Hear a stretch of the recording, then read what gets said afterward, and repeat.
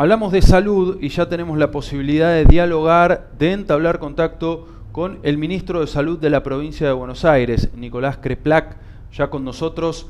Buen día, ministro, ¿qué tal? Un placer. ¿Qué tal, Alejandro? ¿Cómo estás? ¿Cómo está la situación epidemiológica del dengue en la provincia de Buenos Aires? Claro que no podemos aislarla del panorama nacional, tal vez nos pueda hacer algún aporte también en ese aspecto, pero fundamentalmente en el territorio bonaerense, después de que ya a mediados de octubre, al menos en el partido de Luján, se anunciara que comenzaba a avanzarse con la vacunación a determinados habitantes de nuestro distrito. Sí, así es. El dengue es una enfermedad que es episódica, que es de todos los veranos, que antes venía algún verano sí, varios no, empezó a hacerse más seguida, pero ya este último tiempo se transformó en una enfermedad que está estable en nuestro país y el año pasado tuvimos un aumento del 1000% de la incidencia de esta enfermedad respecto de las temporadas anteriores. Así que sabemos que un poco por el cambio climático, un poco por las adaptaciones al mosquito, está colonizando y creando más capacidad de contagio en toda la región americana. En este momento vemos en toda América un aumento de los casos, incluso comparado con el año pasado, que fue un año récord para toda la región americana. Así que estamos anticipándonos, siendo el país más austral de toda América. Tenemos muy marcada la temporada de verano, entonces esto empieza a pasar cuando empiezan los calores. Por eso hay que trabajar muy fuertemente en la prevención, porque tenemos cosas para hacer que nos puede ayudar a que no sea tan grave y tan lesiva como el año pasado, como lo que se espera que sea para este año. ¿Qué es lo que hay que hacer? Dos cosas principales. Una es reducir la población de mosquitos. Sabemos que si no está el Aedes aegypti no está la posibilidad de contagiarse ni dengue, ni zika, ni chikungunya, que es ese mosquito negro con patitas blancas, con unas rayitas así blancas, que se crían en aguas tranquilas, calmas, limpias, especialmente domiciliarios. El 70% de los contagios de dengue son en las casas. Por ahí uno tiene la idea de que cuando sale al parque, va a jugar al fútbol, le pueden picar los mosquitos, es el momento del dengue. Esos son otros mosquitos.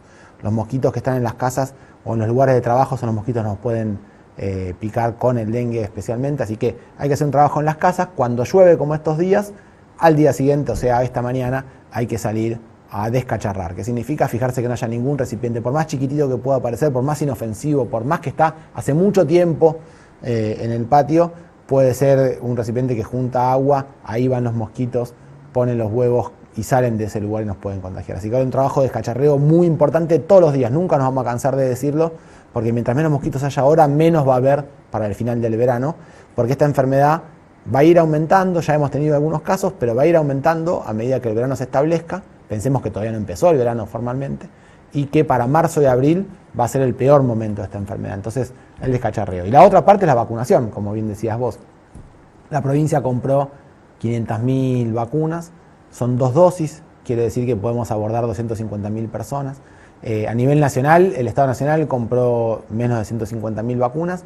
Para todo el país, a la provincia no le daba nada, así que el gobernador salió a comprar estas vacunas y decidimos llegar a una población objetivo muy particular, porque el dengue es una enfermedad que es atendible. Si uno toma las medidas y las pautas de cuidado, esperamos que a la población le vaya bien, aunque es muy feo el transitar de la enfermedad, uno la pasa muy mal, la mortalidad puede ser baja. Es un poco más alta en aquel que ya tuvo la enfermedad antes, así que esa es nuestra población objetivo. Los que tienen más riesgo, es casi 2,5 veces más riesgo de una enfermedad grave, son las personas que tuvieron dengue años anteriores. Así que lo que tienen que hacer, si no les tocó, si no les llegó ya la convocatoria para poder vacunarse a cualquier vecino de Luján y de la región, lo que tienen que hacer entonces es anotarse en Mi Salud Digital, que es en la página del Ministerio de Salud de la provincia. Busca en internet Mi Salud Digital y ahí se inscribe y nosotros lo convocamos para que se puedan ir a vacunar al hospital. Y la primera dosis dársela ahora y la segunda a los 3 meses. Pensemos que tenemos que dársela en 3 meses, así que para febrero o marzo va a haber que darse la segunda dosis y estar preparado para el momento de más cantidad de casos, tener bien fuertes las defensas. Eso es lo que se estima entonces, que en marzo o abril se transite la peor etapa. ¿Imaginan, a partir de los datos con los que cuentan y de la experiencia, bueno, de algo que nos mencionaba al principio, que ¿se podrá llegar a hablar de un pico de cuánto? ¿O dependerá del accionar de cada uno en nuestros fondos, en nuestras casas también, para que sea menor el número? Sí, sin duda depende muchísimo de lo que podamos hacer nosotros. De lo que haga el Estado, nosotros tenemos, todo el invierno estuvimos trabajando en esto y ahora lo hacemos muy fuertemente en el descacharreo, en llegar con los promotores de salud a las casas y explicar cómo es esto del descacharreo. Yo lo hago muy seguido y uno le dice, ¿sacó todos los cacharros? Al vecino y dice, sí, saqué todo. Y me deja entrar, entro yo y siempre encuentro 1 o 2 recipientes llenos de agua en donde muchas veces ya veo las larvas de los mosquitos. Así que hay que hacerlo muy bien, hay que aprender a hacerlo, tomarlo como una rutina más de la vida. Si lo hacemos bien, puede haber menos casos. E incluso, como los mosquitos vuelan muy poco, no es que depende de que todos los vecinos hagan eso bien, lo tiene que hacer cada uno. Si uno en su casa no tiene recipientes con mosquitos, es muy poco probable que lo pueda picar un mosquito de una de esas aegypti. Así que depende mucho de eso. Estamos viendo en toda la región americana que hay un poco más de casos que el año anterior. Así que hay posibilidad de que sea realmente una situación grave como fue el año pasado. Pero bueno, estamos más preparados. El año pasado fue, yo decía, 1000%, 10 veces más de lo que había sido el récord el año que había pasado antes. Entonces, ¿qué va a pasar ahora? Puede haber más que el año pasado, puede haber lo mismo, o puede haber menos si hacemos el trabajo adecuadamente. Así que estamos preparándonos nosotros, por supuesto, para el sistema de salud, para atender a los enfermos, para tener telemedicina, para tener formas de consulta que no nos colapsen las guardias, que podamos dar las medidas de cuidado, la vacunación, pero sin duda la conciencia popular, la participación comunitaria, el empoderamiento de los ciudadanos y las ciudadanas es la clave en la prevención del dengue, y es por eso también que estamos todo el tiempo hablando de esto y les pedimos también esa parte y agradecemos a los medios de comunicación porque con su rol nos ayudan a que se cuiden todos y todas. Sin dudas, doctor. ¿Sirve precisamente por esto que señalaba de que es un mosquito que no se traslada demasiado, que es bien domiciliario y depende de lo que cada familia o en cada casa se haga? Y tal vez no es un mosquito que ande por descampados, por la vía pública, así, sin más. ¿Sirven los trabajos de fumigación, por ejemplo? Porque seguramente al vecino ver ese tipo de tareas le da tranquilidad, pero algunos especialistas decían, no sé si es tan apropiado para el Aedes aegypti. Totalmente, muy bien lo que estás diciendo. No sirven. Pensemos que la fumigación, la fumigación está indicada solamente por nosotros, por los equipos de epidemiología para ciertas cosas.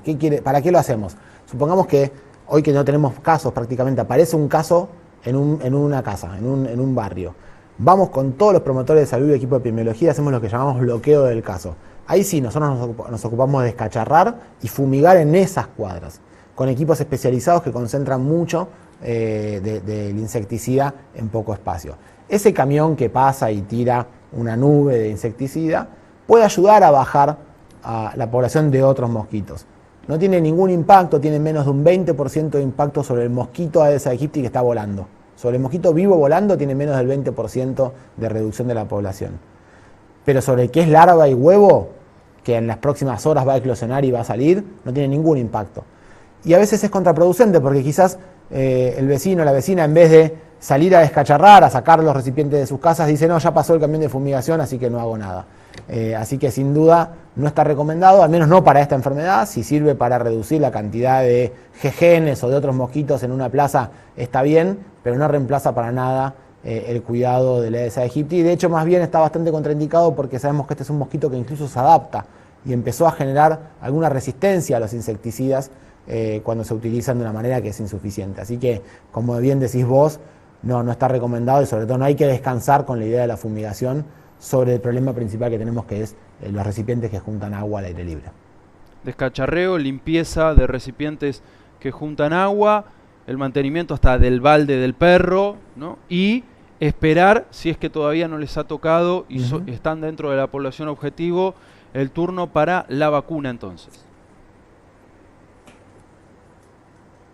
Sí, más que esperar, anotarse. Anotarse en la página de Mi Salud Digital, dentro de la página web del Ministerio de Salud, lo buscan en Google, en el buscador de internet. Mi Salud Digital, ponen todos los datos porque si no les llegó todavía la citación, es porque no están registrados en el sistema, quizás fue hace algunos años y no están registrados como que tuvieron dengue, así que lo anotan ahí y enseguida, al menos en una semana, le va a llegar el turno.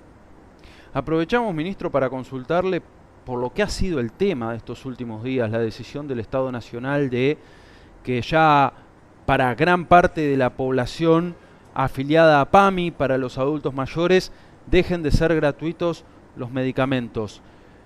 ¿Qué impacto tiene en el cotidiano esto, pero en general en lo que es el sistema de salud? Sí, es una situación muy compleja que para mí es una parte más de un proceso general de afectación del derecho a la salud de la población. Porque cuando empieza este gobierno hace varias cosas, con el DNU 70, enseguida desregula el precio de los medicamentos, hay un aumento del precio de los medicamentos que es 100 puntos por arriba del aumento de la inflación en general, y todos los meses, si uno sigue el aumento de precios generales y lo compara con el precio del aumento del precio de los medicamentos, siempre aumenta más los medicamentos. Así que se venía viendo ya hace bastante tiempo una caída de cerca del 30% de la compra de medicamentos en farmacia, porque las personas que tienen una obra social sindical, una obra social, una prepaga o que no tienen ninguna cobertura y compran en una farmacia, empezaron a comprar menos medicamentos, una caída del 30% de los medicamentos. Pero a eso se fueron agregando dos cosas. Una, que fue sacar medicamentos que ellos lo anunciaron como pasan a ser de venta libre. Pero en verdad lo que quieren decir es que dejan de tener cobertura y descuento por obras sociales. Si antes te cubría el 40 o el 60% de tu obra social, a partir de ahora esa medicación para, por ejemplo, el omeprazol, para la acidez, una muy consumida que es el omeprazol, el aciclovir, algunos analgésicos, hoy agregan medicación respiratoria como la N-acetilcisteína. Bueno, toda esta medicación deja de tener cobertura y esto significa que hay que pagarlo al 100%. Ya venía cayendo la compra de medicamentos, pero ahora se le agrega que todos los jubilados y jubiladas que ganen más de 390.000 pesos, que tengan una casa, más de una casa, o que tengan un auto de menos de 10 años, no pueden pedir la cobertura de medicamentos para sus enfermedades crónicas. Entendamos que todos los adultos mayores, o casi todos los adultos mayores, toman una o varios medicamentos porque tienen una o varias enfermedades crónicas, metabólicas, vasculares, etcétera. Así que es un problema muy grande, porque además incluso aquellos que sí están dentro del programa tienen que ir a hacer el trámite ahora, tienen que ir a las UGLs y llenar los informes en las páginas web. Por supuesto que los adultos mayores muchas veces, y más los enfermos, tienen problemas de accesibilidad.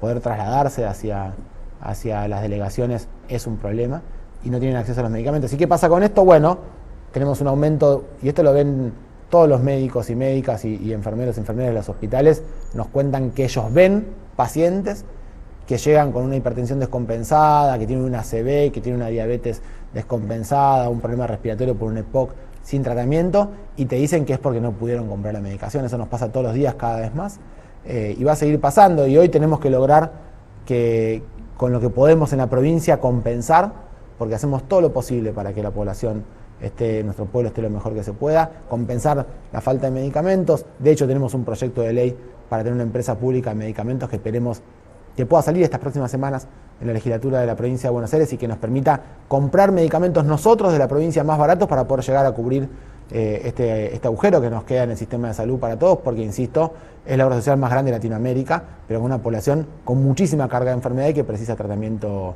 continuamente. Ministro, lo último, agradeciéndole su tiempo, porque también en los últimos días hemos contado algo muy local que ha ocurrido, pero que imagino que se ha venido replicando. Por una decisión del Estado Nacional, se dejó sin efecto un convenio que ya tenía varios años entre el Hospital Nacional Sommer, de la vecina ciudad de General Rodríguez, referencia en la zona, y el municipio, mediante el cual 3 profesionales, por ejemplo, prestaban servicio en un centro de atención primaria de la salud de Luján, en Los Gallitos.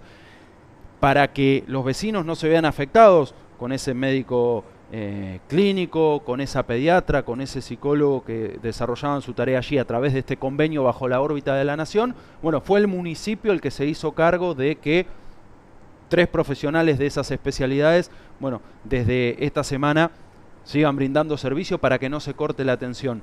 Y la pregunta que uno se hace es, bueno, ¿hasta cuándo aguantan los municipios y la provincia de Buenos Aires que la Nación se corra de prácticamente todo? Porque las necesidades son prácticamente infinitas y los recursos en algún momento se agotan. ¿A dónde nos lleva esto?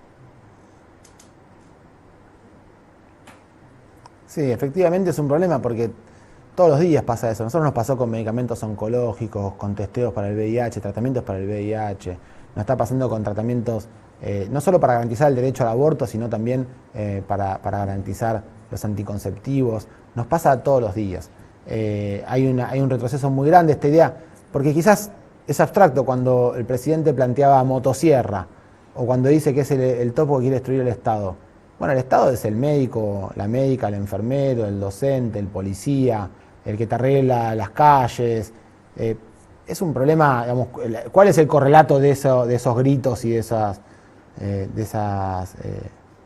barbaridades que se dicen en las redes sociales y en la televisión? El correlato es que tengamos rutas en peores condiciones, más accidentes seguramente producto de las rutas en peores condiciones porque no tienen mantenimiento.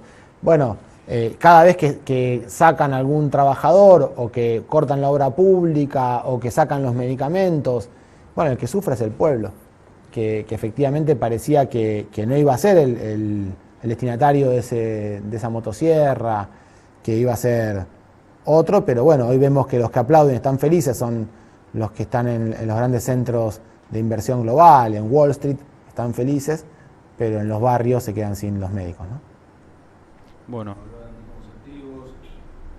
también la falta de preservativos, el programa Remediar y ya no las respuestas que hasta hace un tiempo se podía brindar desde allí, lo vemos en el policlínico aquí a nivel local y también en los centros de atención primaria. Kreplak, gracias por el contacto. Muchas gracias a ustedes, que tengan un buen día. Un placer. El ministro de Salud de la provincia de Buenos Aires, el doctor Nicolás Kreplak, charlando con nosotros en la pantalla de Pares TV.